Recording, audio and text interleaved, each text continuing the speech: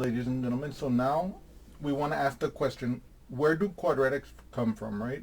Because like whenever we want to talk about a math concept, we don't want to think that it was just like imagined by someone who hates his life or hates her life and wants us to all hate our lives too. No, I mean these things came out from real life problems that people faced and needed to solve.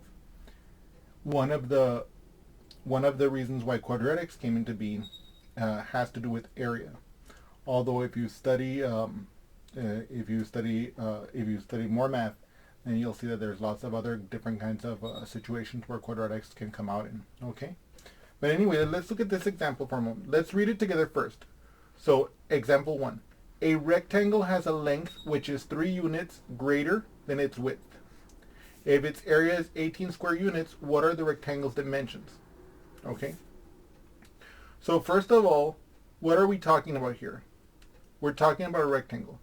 So let me first draw in a rectangle here for us, okay? And then what I want to do is I want to label it and I want to give it some variables, okay? Okay, let me just, yeah. So let's say that this is my width. What does it say here? A rectangle has a length which is 3 units greater than its width. See, we don't know the width, so we're just going to let W represent the width.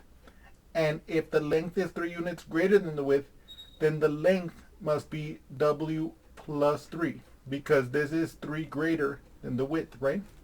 So here, W, one of the things I always recommend to you whenever you're solving a word problem is whenever there's an unknown quantity, give it a variable name. In this case, W will stand naturally for the width. Obviously, you could have used X here, but here, since we're talking about width, it makes more sense, or not it makes more sense.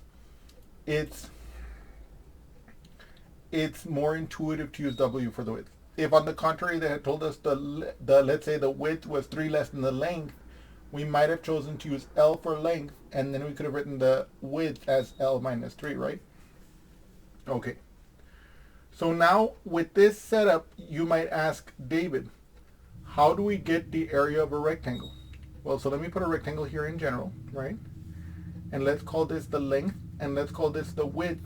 And if you recall, the area of a rectangle will just be the length, whatever it is, times the width, whatever it is. So therefore, in this particular case, we know that our area will be our length, which is going to be W plus 3, times our width, which will be W, right? But let's read the problem again. Let's see if we've gotten all the information. A rectangle has a length which is 3 units greater than its width. If the area is 18 square units, what are the rectangle's dimensions, right? So we now know also if its area is 18 square units. But we just found that the area is this expression, right? So what are we saying? Are we saying that the area is this expression and that the area is also 18? Yes. Right? So what happens here is we take these two facts and we set them equal to each other. So W times W plus 3, right, which comes from here, is the same thing as 18. Why? Because they tell us the width, the area of this rectangle is 18 square units. So now here, what I'm going to do is I'm going to do the so-called FOIL method, right? Or I'm going to use the distributive law. Remember, let me write that down here for us. So the distributive law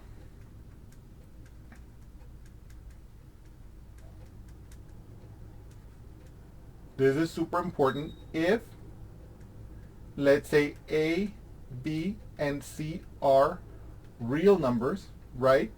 Then A times B plus C is equal to AB plus AC, okay? This is a huge fact that I want you guys to always keep in mind.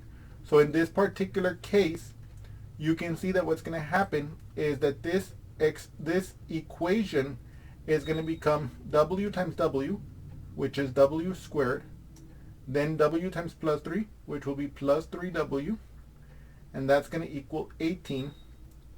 And for reasons that we will learn later, we will usually bring the constant to the other side to write it like this: W squared plus 3W minus 18 equals 0.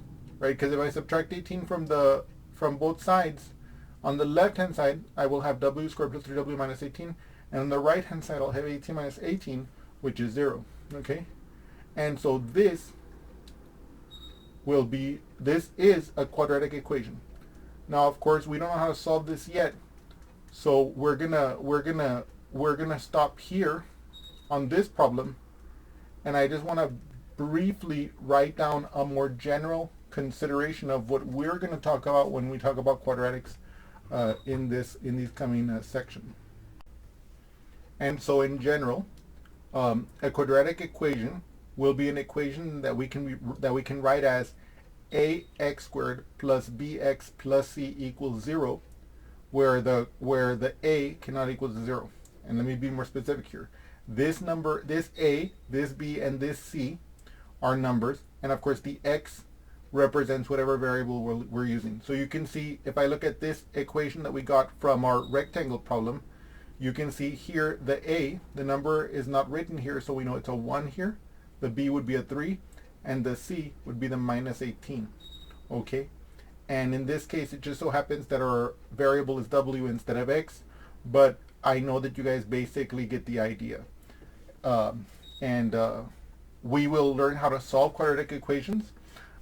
In this example, I just wanted us to see how they can arise naturally from some physical problems. In this case, from a problem dealing with the area of rectangular figures, and we're going to learn how to solve it in the next few videos. And then at the end, I'll answer this question by solving this quadratic. I hope that you have enjoyed this introductory example, and we'll be talking, and I hope to see you again soon. Thank you so much.